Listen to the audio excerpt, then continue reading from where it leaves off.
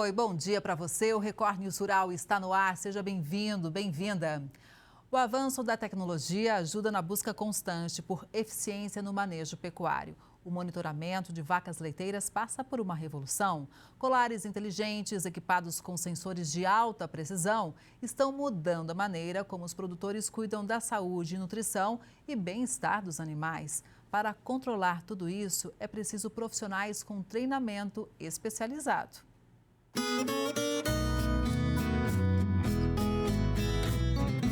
O que você vê aqui não é apenas um rebanho, é uma rede de dados em tempo real. No coração de Goiás, a conexão entre a tecnologia e o pasto está mudando a forma de produzir alimentos. Hoje o campo não está mais isolado, ele é digital, inteligente e conectado pelo conhecimento. Nessa fazenda em Bela Vista, as 39 vacas em lactação usam joias tecnológicas, colares que funcionam como um raio-x.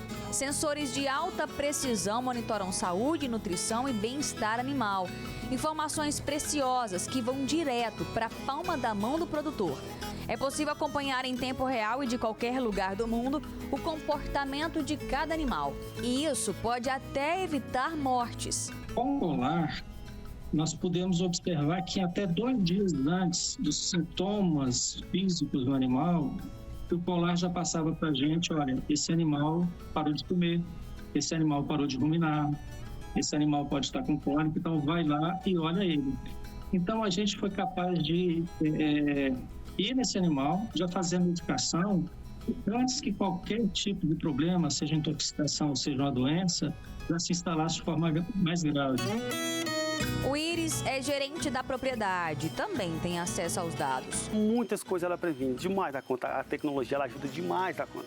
A tecnologia, que surgiu de uma startup do Rio Grande do Sul, foi aliada ao melhoramento genético e a outras ferramentas digitais.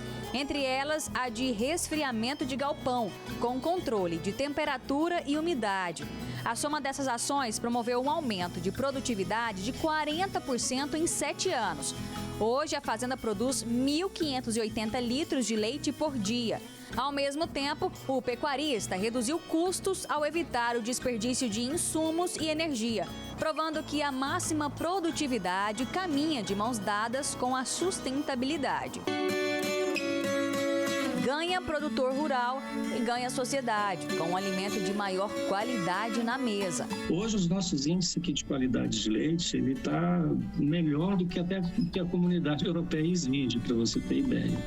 Então, assim, são animais sadios, num ambiente sadio, controlado, e isso vai ter, obviamente, consequência lá na hora da ordenha, que também é um equipamento que permite a gente controlar a qualidade do leite.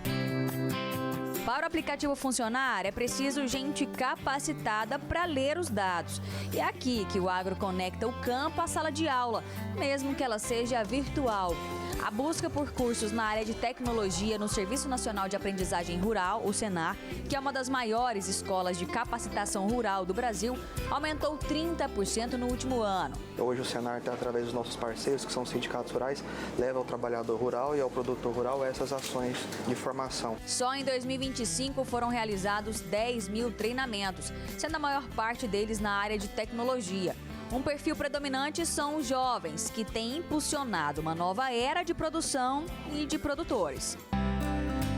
A Caroline é uma dessas alunas. Ela se formou em agronomia e agrega conhecimento a cada curso que finaliza. Aí fiz o curso de sensoriamento remoto, fiz o curso também de Excel, do básico ao avançado pelo Senar.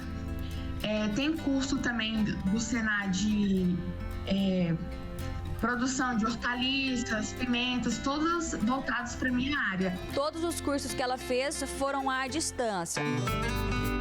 Esse ecossistema combina em grandes vitrines, como a Tecnoshow, que é hoje a maior feira de tecnologia agrícola do Centro-Oeste. É onde o conhecimento gerado na pesquisa encontra a prática do campo, fechando um ciclo que conecta ensino, tecnologia e sociedade.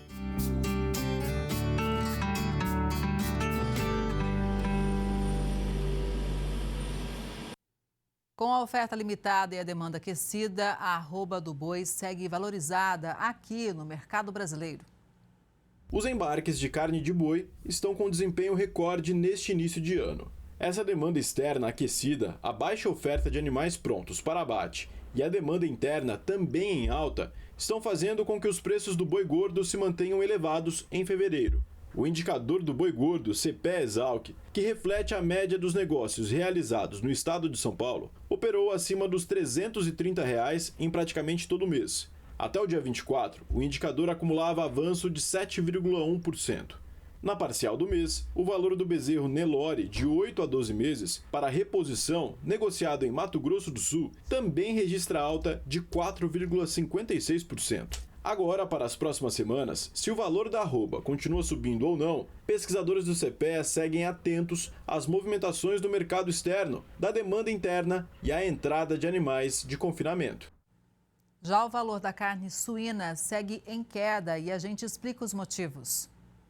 Com a oferta acima da demanda, a atual média mensal da carne suína já é a menor desde abril de 2024. De acordo com dados do CPEA, o movimento de desvalorização deixa a carne mais atrativa em relação às outras para os consumidores. O valor da carne do boi é influenciado pelo avanço no preço da carcaça casada bovina.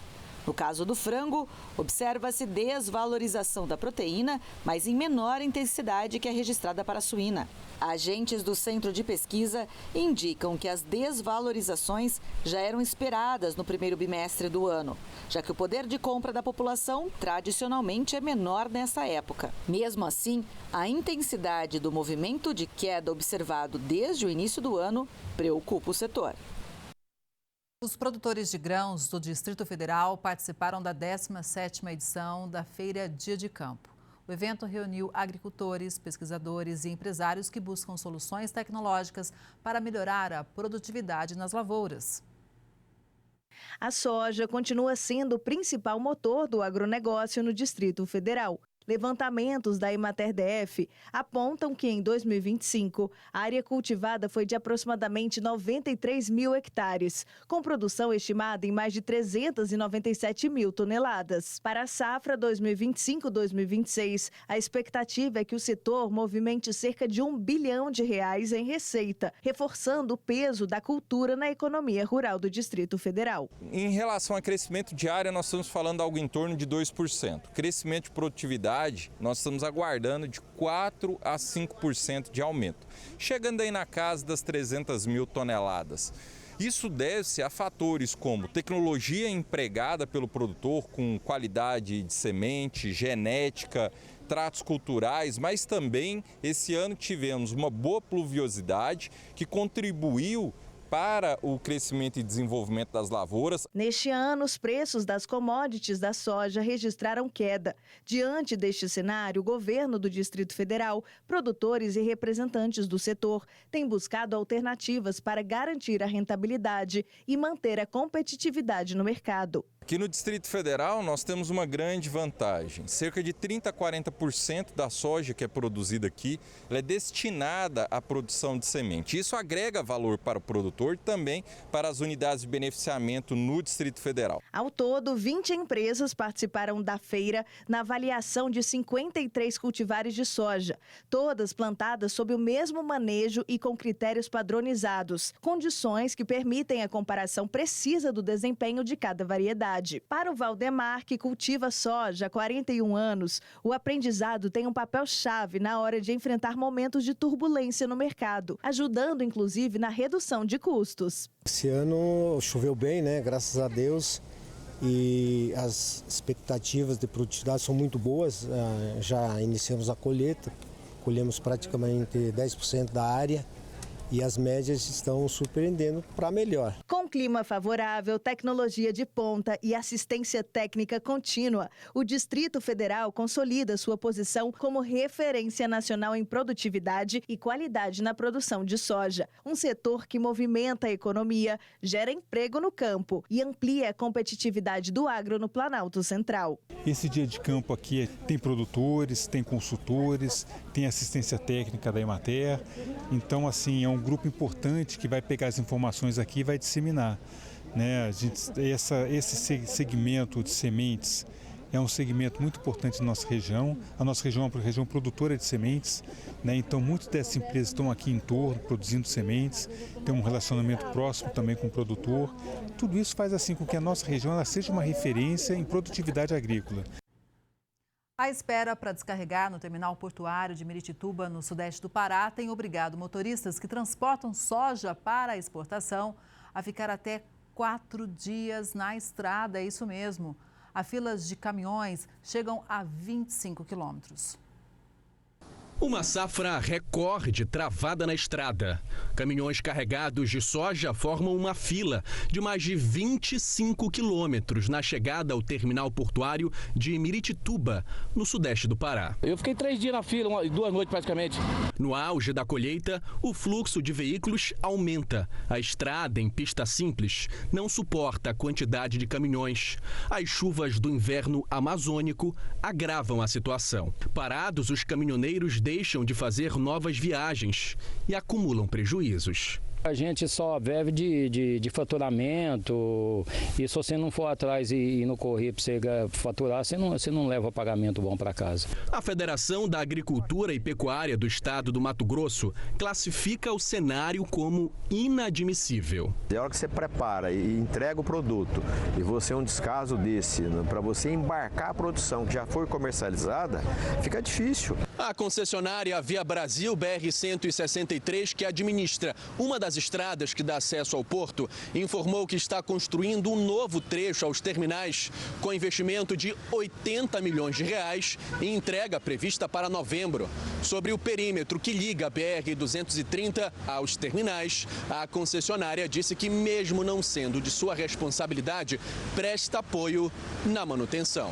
A Associação dos Terminais Portuários e Estações de Transbordo de Cargas da Bacia Amazônica informou em nota que adota medidas para organizar o fluxo de caminhões. Enquanto isso, a principal rota de escoamento de grãos do Arco Norte tem fila de caminhões parados e motoristas à espera.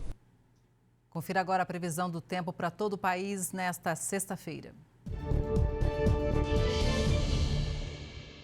A sexta-feira segue sob influência das ACAS, que mantém chuva frequente e persistente em várias regiões do Brasil, favorecendo o alerta para temporais e acumulados elevados em algumas áreas. Em alguns estados, o problema não é apenas a intensidade, e sim a continuidade da chuva.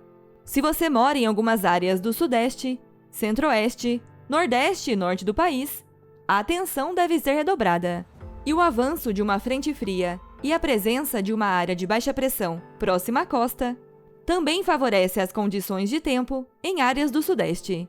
Em Minas, Rio de Janeiro e Espírito Santo, litoral e leste de São Paulo, a situação segue preocupante. Pode chover de maneira mais forte em algumas áreas desde cedo, o solo já encharcado aumenta o risco de deslizamentos e as rajadas de vento podem chegar até aos 70 km por hora, no centro-sul fluminense, além de áreas do extremo norte e na zona da Mata Mineira. Em Goiás e em Mato Grosso, também alerta para temporais. E em áreas do norte e nordeste desses estados, também há risco de acumulados elevados. No nordeste do país, os temporais também aumentam ao longo do dia. Na metade sul do Maranhão, sul do Piauí, centro-oeste e sul da Bahia, também há chance de chuva volumosa, além do Tocantins, sul e leste do Pará e áreas do Amazonas. E no sul do país, chuva moderada a forte em áreas do sul catarinense, litoral norte e nordeste gaúcho. Já no oeste da região sul, além do oeste, sul e interior de Mato Grosso do Sul e da metade norte de Roraima, a umidade do ar pode ficar abaixo dos 30% nesta sexta. E entre os dias 26 e 28, a previsão de bastante chuva em áreas do sudeste, com acumulados entre 100 e 200 milímetros em algumas regiões, podendo chegar até os 300 milímetros em algumas áreas. Nesta sexta, em Belo Horizonte, Rio de Janeiro e em Vitória, a previsão de chuva mais fortes, temporais e acumulados elevados, com máxima podendo chegar até os 24 graus na capital mineira, 27 no Rio e até os 32 em Vitória. Máxima de 24 graus em São Paulo e em Palmas, 28 em Goiânia e em Porto Alegre e até 32 em Salvador. A Associação Brasileira da Indústria de Café Solúvel, que representa as indústrias brasileiras do setor, avalia com otimismo e cautela o anúncio dos Estados Unidos em aplicar tarifas de importações globais de 10%, que diretamente será a mesma tarifa a ser aplicada ao café solúvel brasileiro, que amargava 50% de cobrança. Será que dá para respirar mais aliviado a partir de agora, hein? Quem vai responder essa pergunta é o Aguinaldo Lima, diretor executivo da BIX. Bom dia, Aguinaldo. Seja sempre muito bem-vindo ao Record News Rural. Bom dia, Kelly. Obrigado. Bom, como é que essa notícia caiu para o setor? Vou repetir a pergunta. Dá para respirar um pouco mais aliviado? Não dá só para respirar, mas a gente ganhou oxigênio, né? Na verdade, nós voltamos para o jogo. Nós estávamos fora do jogo comercial com os Estados Unidos, porque uma tarifa de 50% simplesmente nos expulsava daquele mercado. Nos 6 meses de aplicação de tarifa, nós perdemos 50%, e a angústia era que todo mês se perdia uma fatia de mercado ocupada gradativamente pelos concorrentes. É evidente que, pelo volume que o Brasil vende para os Estados Unidos, não era uma troca muito rápida, mas dentro de um ano nós seríamos apenas um parceiro residual de comércio de um país que há 60 anos é líder de mercado, né, líder em todas as exportações de solúvel brasileiro, representando 20% de tudo aquilo que nós exportamos para o mundo. Lembrando que o Brasil é o maior produtor e o maior exportador de café solúvel do mundo, né? Pois é, não é um cliente qualquer, não é verdade? Você substituir um país comprador desse porte de uma hora para outra não é tarefa fácil. Não, de forma alguma. Nós tivemos um resultado de 10% a menos de volume em 2025 em relação a 2024, muito por conta desse problema com os Estados Unidos, porque até junho do ano passado nós estávamos numa crescente que indicava que nós bateríamos um novo recorde de volume de exportação. Quando veio a pancada de 50%, houve aí uma expectativa muito forte de que nós teríamos um resultado altamente negativo e houve uma compensação de outros mercados, mas de forma natural. O Brasil já exporta para mais de 100 países. E falar que você vai buscar mercado alternativo é claro que se faz isso, mas não de uma forma tão contundente, porque o Brasil é um país de poucos acordos comerciais. Então, o problema de tarifa com os produtos brasileiros são em vários países. E com solúvel não é diferente. Nós estávamos com a expectativa aí de uma abertura mais rápida com a União Europeia, que é o nosso segundo maior mercado, mas isso ainda vai levar uns 2 ou 3 anos para que isso aconteça. Mas agora vem esse alívio muito grande, né, de rebaixar a tarifa para reduzir para 10%, e 10% nós estamos no jogo. Só perdemos agora para o México, que é 0 de tarifa, mas estamos em igualdade de competição com os nossos concorrentes. Pois é, o preço é um fator importante, mas vale lembrar também a nossa qualidade, né, Aguinaldo, que é muito apreciada pelo mercado norte-americano. Não tem dúvida, você vê que os americanos, desde que solúvel saiu para o mundo, né, e saiu por conta do Brasil nos anos 60, o Brasil sempre foi líder de mercado. E os Estados Unidos sempre foi nosso principal mercado. Então, é uma parceria construída com muita fidelidade, com muito comprometimento, e muito daquilo das incursões que nós estávamos fazendo junto ao governo americano eram feitas pelos nossos clientes nos Estados Unidos. Então, eram 3 frentes, né? E continuam sendo 3 frentes. Com o governo brasileiro, com o governo americano e com os nossos clientes junto aos stakeholders americanos, ao Congresso, enfim, todos aqueles que têm algum poder de decisão. Mas a luta ainda continua. Nós vamos trabalhar que as tarifas zerem, assim como são zeradas para o café em grão verde, para o café torrado e moído também é 0. Vamos trabalhar nesse sentido. Inclusive, hoje, às 17 horas, ontem, nós tivemos um encontro com o vice-presidente Alckmin para tratar da pauta da reunião nos Estados Unidos, que o solúvel, assim como outros produtos do agronegócio brasileiro, estejam na mesa de negociações na visita do presidente Lula ao presidente Trump, para tentar zerar essas tarifas e retirar alguns produtos brasileiros da seção 301 que é a seção que investiga o Brasil por práticas de comércio com os Estados Unidos. Então, isso também é um fator de preocupação, porque as investigações ainda não terminaram e estão em vias, né, de serem concluídas. E se o Brasil não tiver um bom acordo com os Estados Unidos, pode vir alguma retaliação. Por isso, do encontro ontem com o presidente Alckmin, com o vice-presidente, aliás, presidente em exercício Alckmin, né, para a gente tratar e deixar essa pauta muito firme nas negociações diplomáticas brasileiras. Gostaria de destacar essa sua fala, porque isso já aconteceu em momentos anteriores, ou seja, em momentos estratégicos de negociação, é essencial que o governo ouça os setores do agro. Afinal de contas, quem está ali no dia a dia, no setor, sabe quais são os nossos diferenciais, os nossos desafios, os nossos pontos fortes. E essa escuta é fundamental para que realmente, na hora de negociar, os argumentos sejam os mais fortes possíveis, né? Não tenha dúvida. E não é só dos produtos do agro, né? De todos os produtos brasileiros, é necessário que a questão econômica seja vista com bastante atenção, porque isso causa prejuízo enorme e que isso se sobreponha sobre qualquer aspecto político ou ideológico que possa existir. É importante que o Brasil tenha bons acordos e com os Estados Unidos não é diferente. Nós temos situações atípicas, né, que vieram acontecendo ao longo desse período, mas é evidente que nós precisamos ter uma relação muito harmoniosa com os americanos, de maneira que a gente tenha, né, e obtenha acesso aos mercados americanos sem ter que concorrer de forma desigual com países concorrentes. Pois é, você mencionou a questão do México, que hoje tem tarifa zero. É um grande concorrente para a gente? Quais são os nossos principais competidores, hein? Então, boa pergunta, Kelly. Na verdade, o México é o segundo maior produtor de solúvel do mundo.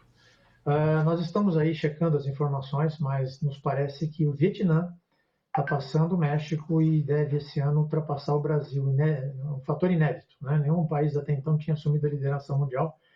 E o Vietnã vem se demonstrando como um dos maiores e mais poderosos concorrentes do Brasil, porque tem feito vários acordos comerciais, principalmente com países asiáticos, que é onde mais cresce o consumo de solúvel, 6% ao ano, em torno disso, e tem aproveitado bem as oportunidades que acontecem no mercado. Então, México, Vietnã, a Colômbia também é um que compete conosco, e países da própria União Europeia. Nós temos a Holanda, a Espanha, que são também produtores de café solúvel, e que esses países hoje estão em pé de igualdade, né? Praticamente 10% é a tarifa que é imposta a todos eles, então nós voltamos para o jogo.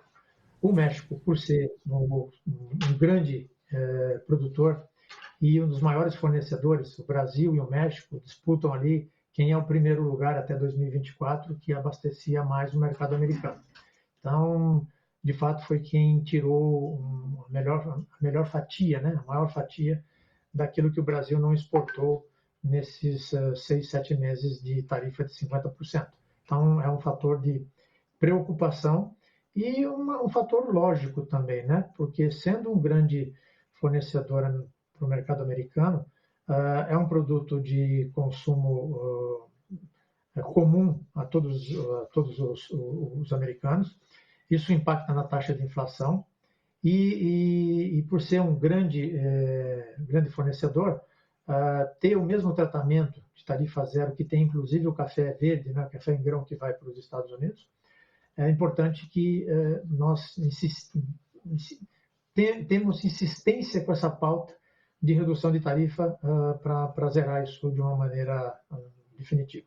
Exato, né? Até porque é um setor importante que faz um trabalho sério e foi surpreendido por esse tarifaço e não só esse setor. Eu lembro aqui, Aguinaldo, eu entrevistei essa semana o Eduardo Lobo, presidente da Abipesca. O setor de pescados também foi muito impactado nesse período, assim como o setor de café solúvel. E ele disse o seguinte, que depois dessa mudança, ou seja, com a tarifa de 10%, vários produtores já começaram a receber ligações do mercado norte-americano, querendo reativar as compras. O mesmo está acontecendo em relação ao café solúvel? Praticamente, em 60 anos de negociação, você tem parcerias bem consolidadas, né? E essas parcerias bem consolidadas fazem com que os nossos clientes conversem praticamente diariamente, né, com as nossas indústrias. Então, isso foi visto com grande alívio, né, por todos, mas ainda, até por decisão deles, que nos cobram que nos mantenhamos mobilizados para conseguir a tarifa zero. Então, de fato, esse prejuízo que causou com as tarifas não foi um prejuízo que causou só a nós brasileiros, né? Muitas empresas norte-americanas que pagaram essa conta, né? Por isso que estimam praticamente 170 bilhões de dólares que empresas americanas, importadores que operam nos Estados Unidos, podem até solicitar isso na justiça americana. Então, é um valor que é bastante substancial e que impactou, quem pagou isso foram os próprios americanos. Então, são clientes que têm o maior interesse de que isso venha a se enquadrar na maior normalidade possível.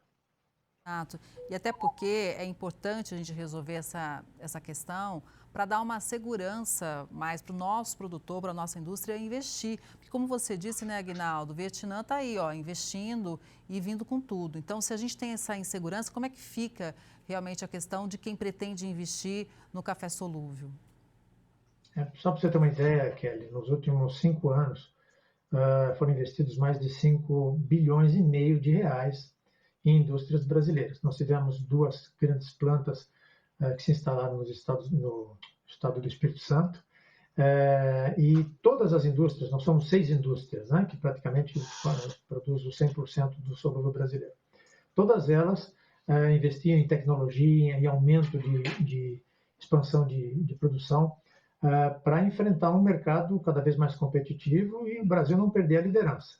Mas ainda nós somos penalizados pela falta de acordos comerciais que o Brasil precisa ter mais, né? Não só acordos com blocos econômicos, mas acordos bilaterais, que são aqueles que países que têm interesse de exportar 2 ou 3 produtos para o Brasil tem interesse de exportar 2 ou 3 produtos, façam um acordo onde se reduz as tarifas temporariamente, se estabelece cotas e você viabiliza negócios, né? Que é muito o que o Vietnã vem fazendo.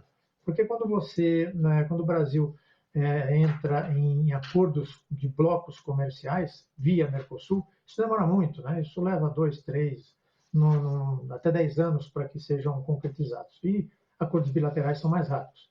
Isso não só para o solúvel, para outros produtos brasileiros também.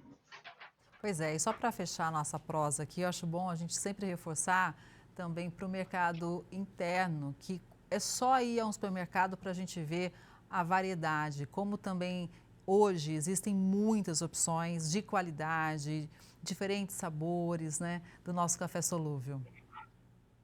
É bom que você deu essa deixa para a gente, tá? Porque o solúvel vem crescendo no mercado brasileiro. No ano passado foram 9%, que é 9% de crescimento.